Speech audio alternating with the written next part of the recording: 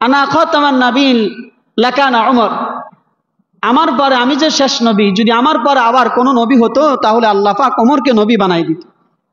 এটা এক ওমর। শুধু ওমরকে আরবের মানুষ ভয় পাইতে এমন না, ওমর যেই রাস্তা দিয়ে হেঁটে যাইতেন সেখানে শয়তান পর্যন্ত অন্য রাস্তা দিয়ে হাঁটতেন এই ওমর।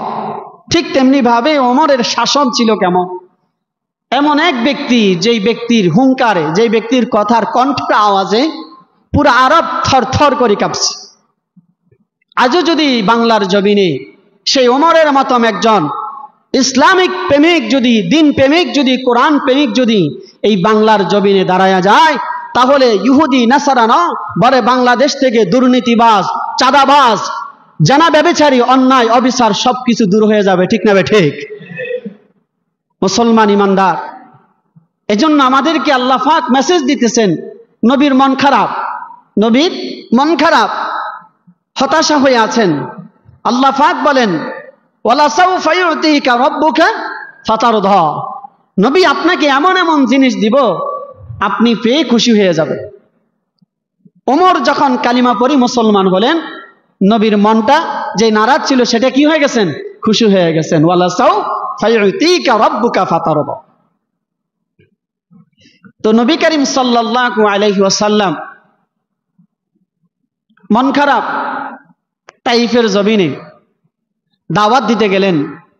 দাওয়াত দেওয়ার পরেই আরবের ইহুদিরা নবী করিম সাল্লাল্লাহু আলাইহি ওয়াসাল্লামের শরীরের উপরে তীর এমন ভাবে পাথর নিক্ষেপ করেছেন, তিন জায়গায় রাসূলের শরীর থেকে রক্ত জড়জড়াই পড়তেছিলেন। সাহাবাই কেরাম নবীর শরীর থেকে রক্তগুলা কাপড় দিয়ে মুছতেছিলেন। এমত অবস্থায় নবীর খুব মন খারাপ, হতাশ হয়ে আছেন, নবী অস্থির হয়ে আছেন।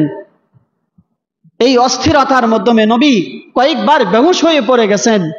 আল্লাহ পাকের কাছে বলেন, আয় আল্লাহ, আমার মাও নাই, বাবাও নাই, এতিম হয়ে আমি আরবের তাইফের জমিনে আসলাম দাওয়াত দিতে, কিন্তু একটা মুসলমানও একজনও মুসলমান হলো না, আমার কথাটুকু শুনলো না, আমার কথা না শুনি আমাকে এইভাবে মারল। নবী খুব হতাশ। নবীর এই হতাশা দেখে আল্লাহ পাক রব্বুল আলামিন জিবরাইলকে পাঠাই দিলেন। জিবরাইলকে পাঠানোর পর আল্লাহ পাক খবর দিতেছিলেন, ও আমার পয়গম্বর, আপনি হতাশ হয়েন না। যদিও আপনি একটা মাখলুককে, আপনার ইনসানদেরকে আপনি কি দিয়েছেন? দাওয়াত দিয়েছেন। তারা আপনার কথা না শুনলেও আপনার চোখের আড়ালে অদৃশ্যমান বহু জিন আপনার কথা শুনে, কালিমার কথা শুনে মুসলমান হয়ে গেছে। সুবহানাল্লাহ। নবী করিম সাল্লাল্লাহু আলাইহি ওয়াসাল্লাম সালাতে ফজর নামাজ পড়তেছিলেন।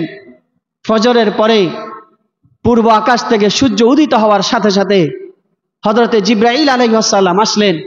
আসি বলতেছিলেন, পয়গম্বর, আপনি তো রাত্রের ঘটনা শুনে গতকালকের অবস্থায় দেখে আপনি খুব পেরেশান ছিলেন, কিন্তু আল্লাহ পাক রব্বুল আলামিন বলেন, আল্লাহ পাক আপনার দিলটা খুশি করে দেওয়ার জন্য আমাকে একটা মেসেজ দিয়ে পাঠালেন।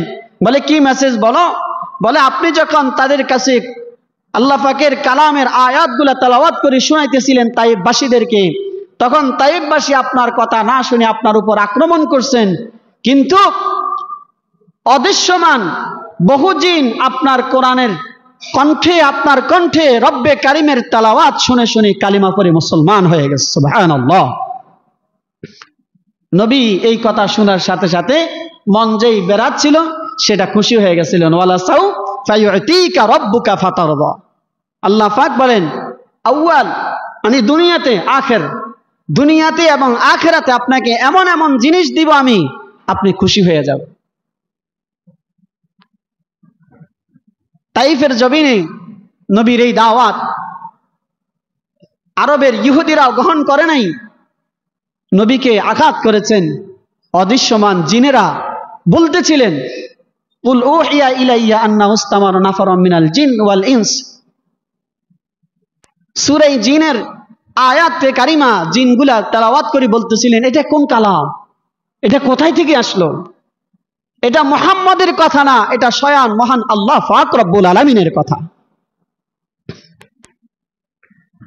তো আরবের ইহুদিরাও যদি নবীর কথা না মানার কারণে নবী করিম সাল্লাল্লাহু আলাইহি ওয়াসাল্লামের কথায় জিনেরাও শুনে কালিমা পড়ে মুসলমান হয়েছেন।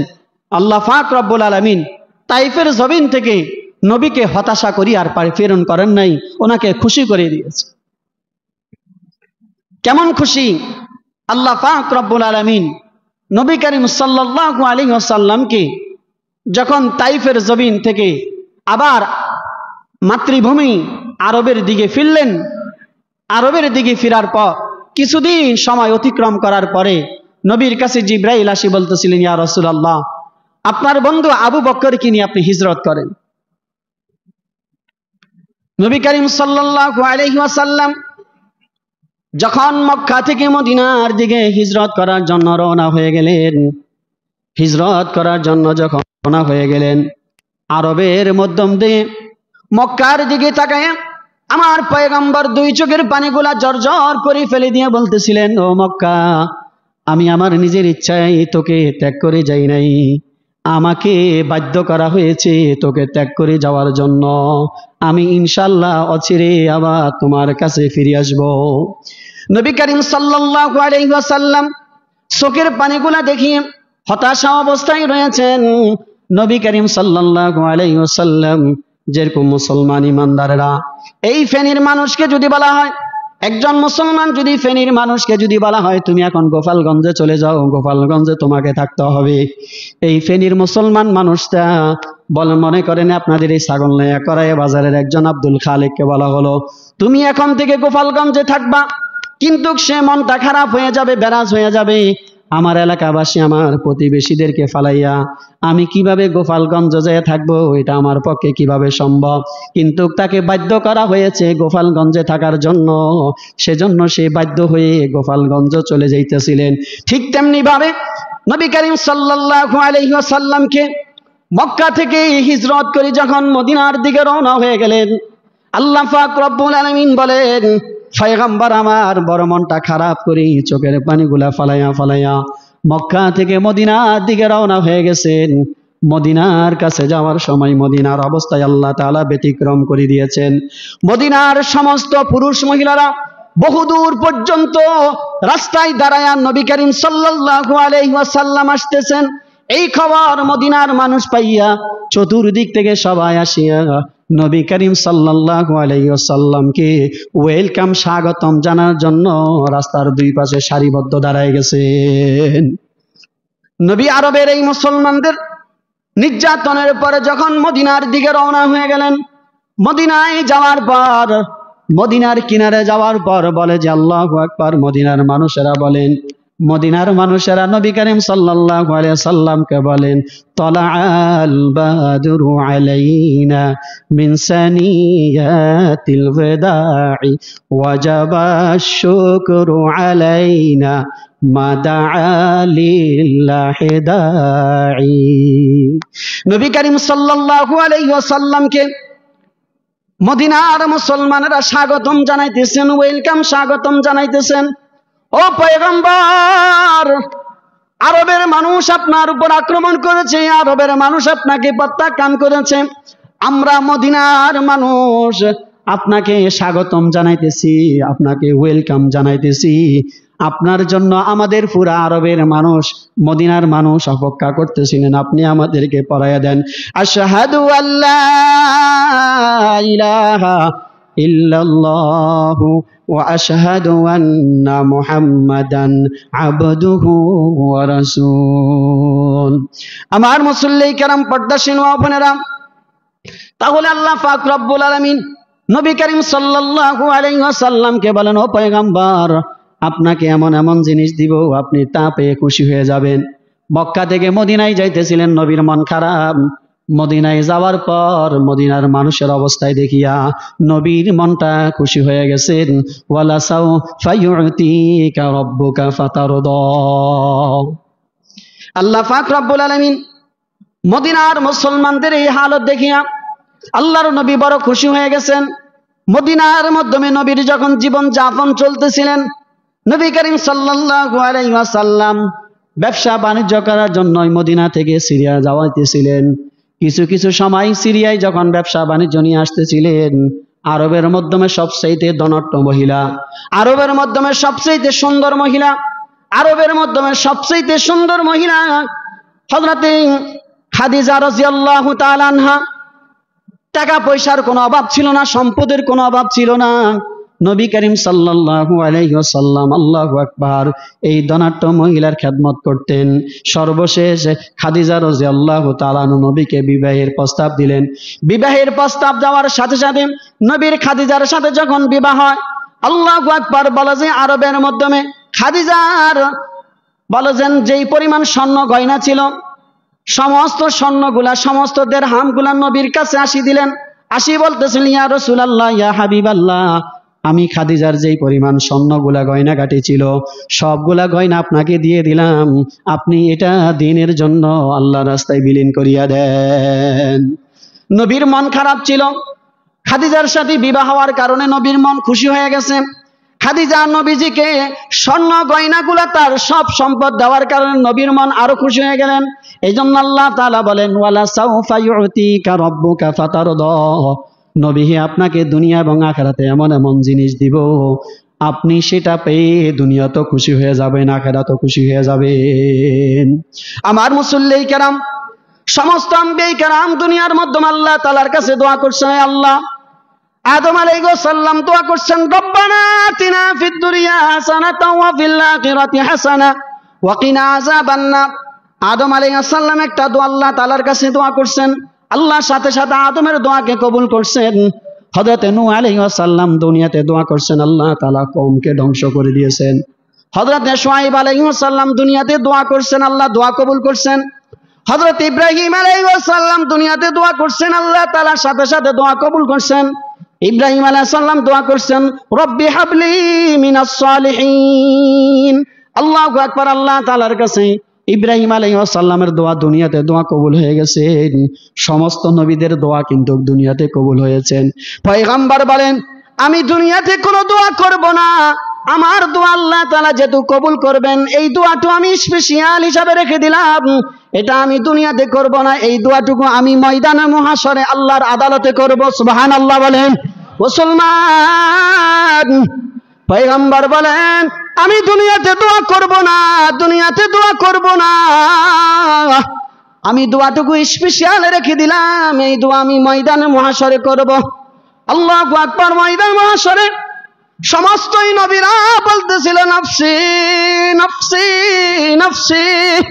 সমস্ত মুসলমান বলবে, নফসি নফসি নফসি। আল্লাহু আকবার। ওই মুহূর্তে আমার আপনার পয়গম্বর মুহাম্মদুর রাসূলুল্লাহ সাল্লাল্লাহু আলাইহি ওয়াসাল্লাম সিজদায় পড়িয়া যাবেন। মাকামে মাহমুদের মাধ্যমে সিজদায় পড়িয়ে আল্লাহ তাআলার কাছে আরজ করবেন, আয় আল্লাহ, আয় আল্লাহ, আমার উম্মতকে আপনি ক্ষমা করিয়া দেন, আমার উম্মতকে আপনি ক্ষমা করিয়া দেন। আয় আল্লাহ, আমার উম্মতকে আপনি জাহান্নামে ফেলে দিয়েন না। নবী করিম সাল্লাল্লাহু আলাইহি ওয়াসাল্লাম ময়দানে মুহাশারা আমার আপনার জন্য আল্লাহ পাকের কাছে দোয়া করবেন, আয় আল্লাহ, আমার উম্মতগুলোকে আপনি জাহান্নাম থেকে ক্ষমা করিয়া দেন। মুসলমান ইমানদাররা, আমার মুসল্লি কেরাম, পর্দাসীন মা বোনেরা, এই কথা একটু চিন্তা করেন। নবী আজও পর্যন্ত রওজাতারে শুয়ে শুয়ে আমার আপনার জন্য দোয়া করেন। ময়দানে মুহাশারা আল্লাহর আদালতে দোয়া করবেন। নবী করিম সাল্লাল্লাহু আলাইহি ওয়াসাল্লাম এই দোয়া করতে করতে আল্লাহ পাক জিব্রাইলকে পাঠাবেন, ও জিব্রাইল যাও আমার বন্ধুর কাছে সালাম জানাও, যতক্ষণ পর্যন্ত আমার বন্ধু আজকে যা চাইবে আমি তাই দিব। আল্লাহু আকবার। নবী করিম সাল্লাল্লাহু আলাইহি ওয়াসাল্লাম বলে, তাই দিবেন? বলে হ্যাঁ। আল্লাহ পাকের কাছে নবী দোয়া করেন, ওগো নবী, ওগো আল্লাহ, আপনি আমার সমস্ত উম্মতকে জাহান্নাম থেকে ক্ষমা করিয়া দেন। আল্লাহ পাক রব্বুল আলামিন সাথে সাথে বলবেন, ও পয়গম্বর, আমার আপনার দোয়াকে আমি মঞ্জুর করলাম। এবার নবী করিম সাল্লাল্লাহু আলাইহি ওয়াসাল্লাম সমস্ত উম্মতগুলোকে নিয়ে যখন জান্নাতের গেটে যাবেন, জান্নাতের গেটে যাইয়া নবী করিম সাল্লাল্লাহু আলাইহি ওয়াসাল্লাম দরওয়াজা বন্ধ থাকবেন। এই বন্ধ থাকা অবস্থায় নবী দরওয়াজাকে একটা ধাক্কা দিবেন। ধাক্কা দেওয়ার সাথে সাথে দরওয়াজা দুই দিকে খুলে যাবেন। জান্নাতের ফেরেশতারা, দরওয়াজার গেটের ফেরেশতারা বলবেন, কে আপনি? বলে আমি হলাম আব্দুল্লাহর ছেলে মুহাম্মদ, আখিরি পয়গম্বর মুহাম্মাদুর রাসূলুল্লাহ সাল্লাল্লাহু আলাইহি ওয়াসাল্লাম। জিবরাইল আল্লাহু আকবার, ফেরেশতারা বলবেন আয় আল্লাহ, ও পয়গম্বর, যেদিন থেকে আল্লাহ তাআলা জান্নাত বানাইছেন, যেদিন থেকে আল্লাহ তাআলা জান্নাতের গেটের দারওয়ান হিসাবে বানায় রাখলেন, সেদিন থেকে আপনার এই নূরানি চেহারাটুকু দেখার জন্য অপেক্ষা করতেছিলাম। আল্লাহু আকবার। নবী করিম সাল্লাল্লাহু আলাইহি ওয়াসাল্লাম বলে যে সমস্ত তার উম্মতগুলোকে নিয়ে জান্নাতের দিকে যাবে, ওই জান্নাতি ওয়ালারাও পর্যন্ত নবী করিম সাল্লাল্লাহু আলাইহি ওয়াসাল্লামকে ওয়েলকাম, স্বাগতম দিবেন। আল্লাহ বলেন, ও পয়গম্বর আমার, আপনি সেজদায় পড়ে গেছেন, আপনার মন খারাপ, আপনার উম্মতগুলা জাহান্নামের আগুনে জ্বলতেছে, আপনি তাদেরকে বাঁচানোর জন্য, তাদেরকে আপনি জান্নাতে নেওয়ার জন্য আপনার মন বড় পেরেশান ছিল। যান যান, আমি আপনাকে আখিরাতে খুশি করে দিলাম। ওয়ালা সাউফা ইউতিকা রাব্বুকা ফাতারদা। যান যান, আপনার উম্মতগুলোকে নিয়ে আপনি জান্নাতের দিকে প্রবেশ করেন। আমার মুসল্লি কেরাম, তাহলে আল্লাহ পাক রব্বুল আলামিন আমাকে আপনাকে এমন একজন নবীর উম্মত বানাইলেন, যেই নবী আমাদের আপনার জন্য সুপারিশ করে জান্নাতে নিয়ে যাবেন। যেই নবীর মন যখন খারাপ ছিল, আল্লাহ বলেন আপনি হতাশা হয়েন না, আপনি অস্থিরতা ভোগ করিয়েন না, আমি আপনাকে এমন এমন জিনিস দিব, খুশি হয়ে যাবেন। এই আমার মুসল্লি কেরাম, আপনার ঘরে সব সময় অসুস্থতা লেগে থাকে, আপনি হতাশা হবেন না, অস্থিরতা হবেন না। আল্লাহ আপনাকে পরীক্ষা করে, আপনার উপর আল্লাহ তাআলা রাজি খুশি আছেন। হে মুসলমান ইমানদার, আপনার ছেলের বিবাহ হয় না, আপনার মেয়ের বিবাহ হয় না, আপনার ঘরে রিজিকের অবস্থায়, বন্টনের অবস্থায় বড় খারাপ, আপনার ঘরের মাধ্যমে খাওয়ার দাওয়ারের বড় পেরেশান। আল্লাহ পাক বলে, মুমিন, তুমি হতাশা হইও না, অস্থিরতা ভোগ করিও না, আমি আল্লাহ তাআলা তোমাকে অচিরেই দুনিয়াতে আখিরাতে দান করব। ওয়ালা সাউফা ইউতিকা রাব্বুকা ফাতারদা। তাহলে আল্লাহ পাক রব্বুল আলামিন সূরা দোহাতে দুইটা কসম খাইলেন। একটা কি বললেন? আলোর কসম আর অন্ধকারের কসম, অর্থাৎ দিনের কসম, রাত্রের কসম খেয়ে বলেন, নবী আমার, আমি আপনাকে ভুলে যাই নাই, আমি আপনাকে ভুলে যাই নাই, আমি আপনার সাথে সব সময় আছি, এবং আপনাকে আমি দুনিয়া এবং আখিরাতে এমন এমন জিনিস দেব, তা পেয়ে আপনার মন যখন খারাপ থাকবে, এমন জিনিস দিয়ে আপনাকে আমি খুশি করে দেব। না সুবহানাল্লাহ। আমার মুসল্লি কেরাম, সেই নবীর উম্মত আমরা হয়েছি। এজন্যই নবী করিম সাল্লাল্লাহু আলাইহি ওয়াসাল্লামের আদর্শ, নবী করিম সাল্লাল্লাহু আলাইহি ওয়াসাল্লামের সিরতকে আমরা সর্ব অবস্থায় মানার চেষ্টা করব ইনশাআল্লাহ। হযরত ওমর, বয়ানের শুরু অংশ, হযরত ওমর রাদিয়াল্লাহু তাআলা আনহু যেই খেলাফত কায়েম করেছিলেন, হযরত ওমরের খেলাফতের কথা যদি আমরা স্মরণ করি, ইসলামিক শাসনের কথা যদি আমরা চিন্তা করি, তাহলেই আজও এই বাংলাদেশের ইসলামী শাসক যদি না হয়, কোরআনের শাসন যদি না হয়, তাহলে 16 বছর যেরকম আয়নাঘর ছিল, বাকি জীবনের জন্য আয়নাঘর আরো এর চেয়ে বেশি তৈরি হবে। ঠিক না বে ঠিক? এই 16 বছর মানুষ যেরকম জুলুমের শিকার হয়েছে, কথা বলা বন্ধ ছিল, জেলের জুলুম খাটতে হয়েছে, নির্যাতন ভোগ করতে হয়েছে, শুধুমাত্র আমি আর আপনি ইসলাম না মানার কারণে, আমি আর আপনি ইসলামী হুকুমত কায়েম না করার কারণে, আমি আর আপনি খেলাফতের কথা স্বীকার না করার কারণে। এই জন্যই হযরতে রাসূল করিম সাল্লাল্লাহু আলাইহি ওয়াসাল্লাম সূরা দোহাতে আল্লাহ তাআলা আমাদেরকে মেসেজ দিতেছে, হে মুসলমান ইমানদাররা, তোমরা হতাশা হয়েও না, অস্থির হয়েও না, চুরি, ডাকাতি, জানা, ব্যভিচারী, গুম, খুন, নির্যাতন সব বন্ধ হয়ে যাবে। তোমরা একজন ওমরের মতন ব্যক্তিকে তোমরা দেশ কায়েমে করার জন্য, দেশ পরিচালনা করার জন্য দাঁড় করাইয়া দাও।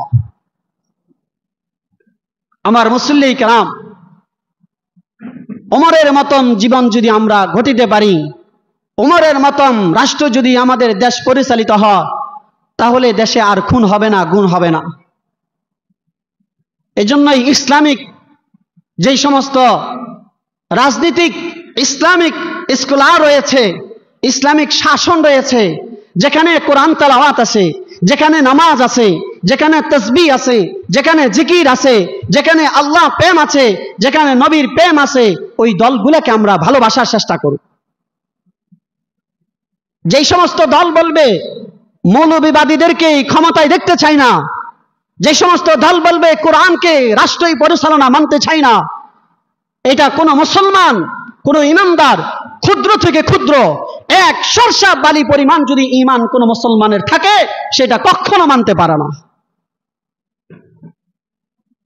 আল্লাহ পাক আমাদেরকে বলতেছিলেন, ওয়ালা সাউফা ইউতিকা রাব্বুকা ফাতারদা, নবী হে, আপনাকে এমন এমন জিনিস দিব আপনি খুশি হয়ে যাবেন।